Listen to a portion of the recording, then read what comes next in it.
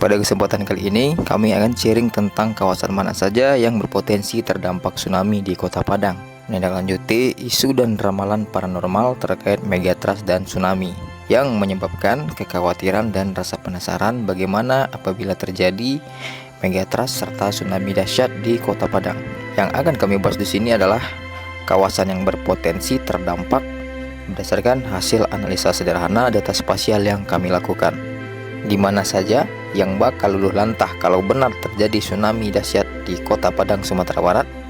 Disclaimer, pertama, ini bukan konten menakut-nakuti atau ramalan kapan akan terjadi gempa dan tsunami, tapi ini konten edukasi terkait arah evakuasi, tempat yang aman. Kalaupun semisalnya benar terjadi, kita tidak perlu terlalu panik dan FOMO ikutan orang harus lari kemana. Kemudian agar masyarakat lebih paham dengan risikonya, posisi masing-masing, paham medan, topografi, dan bentang alam di Kota Padang. Kedua, kami bukan peramal, kami hanya praktisi dan konten kreator GIS yang di beberapa kesempatan mencoba membantu memberi pemahaman ke masyarakat untuk meminimalisir korban bencana alam. Ketiga, kami tidak pernah menyampaikan bahwa Padang akan terjadi megatrust ataupun tsunami, karena segala sesuatunya hanya Tuhan yang mengetahui dan berkehendak. Keempat, sebenarnya informasi ini sudah disampaikan oleh pemerintah melalui papan plang jalur evakuasi dan peta jalur evakuasi, hanya saja barangkali mungkin sosialisasinya yang kurang merata sampai ke masyarakat. Jadi informasi ini masih selaras dan tidak bertentangan dengan peta jalur evakuasi yang dikeluarkan oleh BNPB. Baik, jadi di mana saja yang bakal luluh lantah kalau benar terjadi tsunami di Kota Padang, Sumatera Barat? Kita mulai dari membedah tsunami dahsyat yang pertama kali menghebohkan Indonesia, yaitu tsunami Aceh. Sebagian besar mereka lari menuju Masjid Baitur Rahman yang berada tidak jauh dari situ.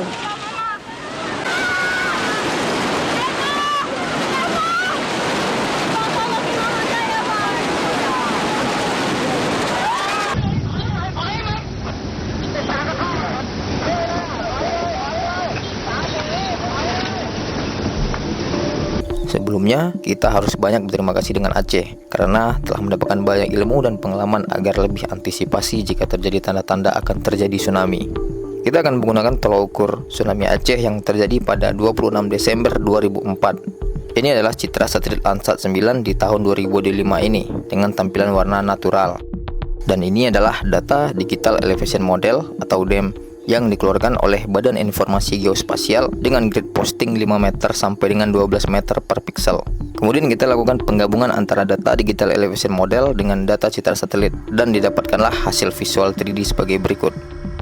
Kemudian kita akan melakukan seleksi pada bagian kota Banda Aceh saja sesuai garis kuning berikut.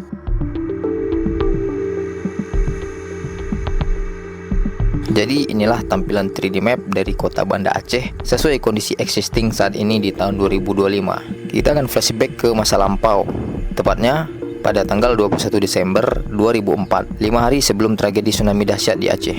Dan inilah tampilan 3D map citra satelit kota Banda Aceh dari citra Landsat 5 pada 21 Desember 2004 dengan nomor ID citra satelit LT05 L1TP 131056 2004 1221 2020 0902 02T1. Warna tampilan ini disebut dengan natural color band 321. Dan ini visual 3D map topografi kota Banda Aceh berdasarkan data Digital Elevation Model Badan Informasi Geospasial yang diakuisisi secara temporal. Setiap gradasi warna yang berbeda mewakili kelas ketinggian yang berbeda pula. Biru muda mewakili ketinggian minus 17 mdpl sampai dengan 0 mdpl, hijau tua mewakili ketinggian 0,1 mdpl sampai dengan 5 mdpl, hijau terang mewakili ketinggian 5,1 mdpl sampai dengan 10 mdpl, kuning mewakili ketinggian 10,1 mdpl sampai dengan 50 mdpl, oranye terang mewakili ketinggian 50,1 mdpl sampai dengan 500 mdpl, oranye gelap mewakili ketinggian 500,1 mdpl sampai dengan 1000 mdpl, dan merah mewakili ketinggian 1000,1 mdpl sampai dengan 1700 mdpl. Kita kembalikan ke tampilan citra satelit di masa lampau 21 Desember 2004. Selanjutnya, dan ini adalah tampilan 3D citra satelit Landsat 5 Banda Aceh tanggal 6 Januari 2005 dengan nomor ID LT05 L1TP 131056 2005 0106 2020 0902 02T1, tepat 11 hari setelah terjadinya tsunami dahsyat di Aceh. Silakan diamati, dapatkah teman-teman melihat perbedaannya? Jika tidak, mari kita ganti tampilan dari natural color 321 ke infrared color 432. Pada infrared color, kita akan melihat perbedaan perubahan vegetasi atau tanaman hidup yang ditandai dengan warna merah sebelum dan sesudah terjadi tsunami. Mulai terlihat jelas perbedaannya. Dan mari kita tetapkan ini sebagai batas areal terdampak tsunami dan yang tidak terdampak tsunami.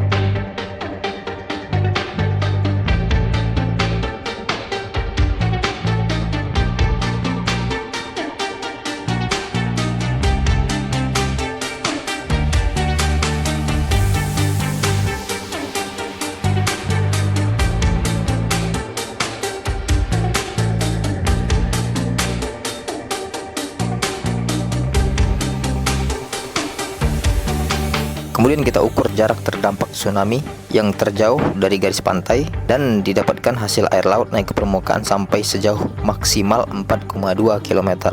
Apakah itu batas yang akurat? Baik, kita validasi menggunakan citra satelit yang lebih tajam dengan resolusi 50 cm per piksel dari Google Earth. Kita masukkan data batas terdampak tadi ke Google Earth dan kita flashback ke tampilan tanggal 28 Januari 2005 dan inilah hasilnya. Ini tampilan foto satelit sebelum terjadi tsunami. Dan ini tampilan foto satelit setelah terjadi tsunami. Bahkan kami memberi buffer sekitar 400 sampai 500 meter sebagai areal yang dianggap terdampak.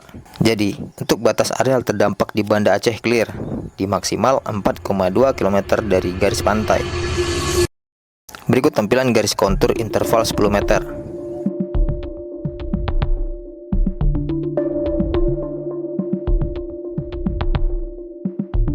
Kita perkecil lagi tampilan kontur interval 5 meter. Jadi, posisi garis batas area terdampak seluruhnya berada di bawah 5 mdpl. Kecuali area yang berada di bibir pantai pada ketinggian 10 mdpl pun masih terkena hajar oleh air laut karena tingginya ombak hantaman tsunami. Dan ini animasi air laut naik ke permukaan daratan. Jadi, kita dapat simpulkan area-area yang terdampak tsunami Aceh pada 26 Desember 2004 berada di 5 mdpl. Tidak ada air laut yang sampai menyentuh daratan 10 mdpl kecuali di bibir pantai. Kemudian, jarak datar tidak lebih dari 4,2 km dari garis pantai. Padahal 5 mdpl di Banda Aceh ini masih jauh sampai ke selatan. Bisa kita perhatikan, tapi jarak tempuh airnya terbatas di 3,8 km, maksimal 4,2 km. Next, kita bedah bentang alam di Kota Padang. Ini adalah penampakan terkini Kota Padang di tahun 2025 dari citra satelit Landsat 8. Dan ini adalah data digital elevation model dari Badan Informasi Geospasial dengan grid posting 5 meter sampai dengan 12 meter per piksel. Kemudian kita combine data Landsat 8 dengan data digital elevation model dan menghasilkan visual sebagai berikut. Kita fokus ke bagian Kota Padang saja. Jadi kita akan ambil bagian yang masuk areal kuning saja.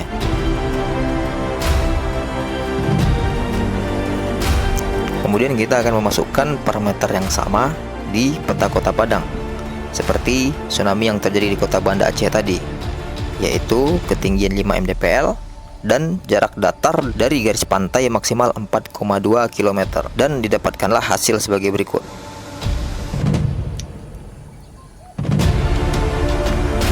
Namun di beberapa lokasi untuk antisipasi kita lebihkan lebih dari 5 mdpl, namun masih di bawah 10 mdpl dikarenakan jaraknya yang sangat dekat dari bibir pantai.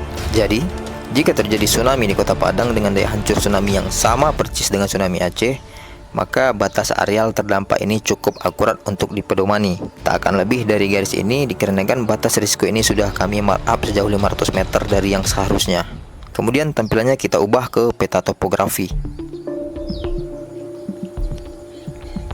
Kita tampilkan garis kontur interval 10 meter. Setiap interval antar garis mengartikan bahwasanya ketinggiannya berbeda 10 mdpl. Semakin rapat garis berarti semakin terjal, semakin jauh jarak garis berarti semakin landai dan lebih datar. Dan dapat disimpulkan bahwa Kota Padang memiliki tingkat kemiringan yang lebih tinggi dibandingkan Kota Banda Aceh. Tingkat kemiringan Kota Padang lebih bervariasi, bisa kita amati visual berikut. Mari kita compare tabel klasifikasi ketinggian antara Kota Padang dan Kota Banda Aceh. Dari tabel ini dapat kita ketahui bahwasanya luas Kota Padang 10 kali lipat luasnya Kota Banda Aceh. Kemudian Kota Banda Aceh hanya memiliki 4 kelas ketinggian berdasarkan batas administrasi maksimal di 50 mdpl. Sedangkan Kota Padang memiliki 9 kelas ketinggian maksimal di 1700 mdpl, yaitu di perbatasan dengan Kabupaten Solo. Tapi di sini kita tidak bisa mengcompare apple to apple dikarenakan luasnya saja sudah jauh berbeda. Namun dari tabel ini bisa kita ketahui bahwasanya Kota Banda Aceh untuk daratan yang ketinggiannya kurang dari 0 mdpl adalah seluas 1321 hektar, sedangkan Kota Padang hanya 698 hektar yang di bawah 0 mdpl. Kemudian pemerintah Kota Padang saat ini dalam rangka siaga tsunami sudah mempersiapkan bangunan-bangunan tinggi yang bersedia dijadikan TES atau tempat evakuasi sementara yang berada di kawasan rawan terdampak tsunami jika masyarakat tidak sempat lari ke tempat yang lebih tinggi, asalkan bangunan tersebut masih berdiri kokoh setelah gempa. Baik, kita lanjut. Kita akan menampilkan jalan akses di Kota Padang.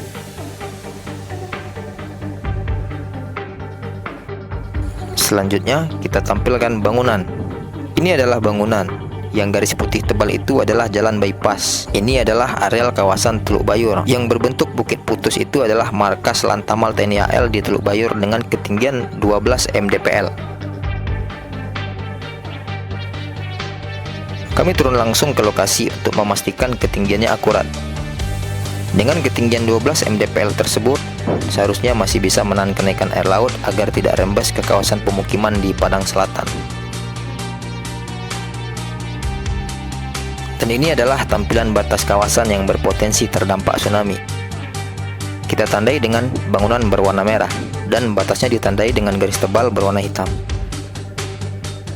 Kawasan yang berpotensi terdampak mungkin akan kami sebutkan sampel beberapa saja di sini. Mulai dari Sungai Pisang, kemudian Bungus, Pantai Nirwana, kawasan Teluk Bayur. Kemudian di sini ada Bukit Putus, kawasan markas TNI AL. Di situ ketinggiannya 12 mdpl, lebih tinggi. Jadi kemungkinan itu hanya kena air kiriman atau rembesan. Kemudian yang berpotensi terdampak ada Pantai Air Manis. Di balik Pantai Air Manis itu ada kawasan mata air yang berketinggian lebih kurang antara 6 sampai dengan 10 mdpl dan terlindungi oleh bukit. Jadi di situ lebih ke kiriman atau rembesan saja. Tapi di sini kita tetap masukkan saja untuk lebih waspada dan antisipasi. Lebih ke timur ada Parak Laweh, Pengambiran, Kampung Jua. Seharusnya di sana aman, tidak terdampak dikarenakan di sana ketinggiannya sudah lebih dari 10 mdpl. Kemudian di sini yang berisiko ada kawasan Pondok. Ini termasuk yang terendah di Kota Padang ketinggian mdpl-nya. Namun bisa evakuasi ke Bukit Gado-Gado, hanya sekitar 500 meter. Kemudian yang berpotensi terdampak lagi ada kawasan Pasar Raya Padang, perkantoran seperti kantor Gubernur Sumbar, Polda Sumbar, kawasan Jati dan sekitarnya. Gor Haji Agus Salim, sekitar Masjid Raya Sumbar, Transmart, Alai, Gunung Pangilun berisiko tapi di situ ada TEA, tempat evakuasi akhir, yaitu Bukit Gunung Pangilun yang ketinggiannya lebih dari 70 mdpl. Kemudian yang berisiko lagi ada Universitas Bung Hatta, Basko Grand Mall, UNP, Bandara Tabing sampai dengan kawasan Dadok dan Tunggul Hitam.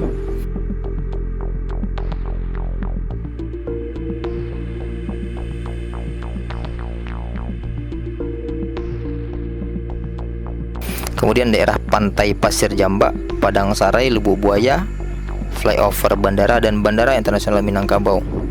Kita akan coba simulasikan air laut naik ke permukaan Kota Padang setinggi 5 meter seperti di Kota Banda Aceh. Mari kita saksikan. Jadi inilah tampilan simulasi apabila Kota Padang terendam tsunami dengan volume ketinggian 5 meter persis seperti di Kota Banda Aceh. Lebih kurang seperti inilah hasilnya.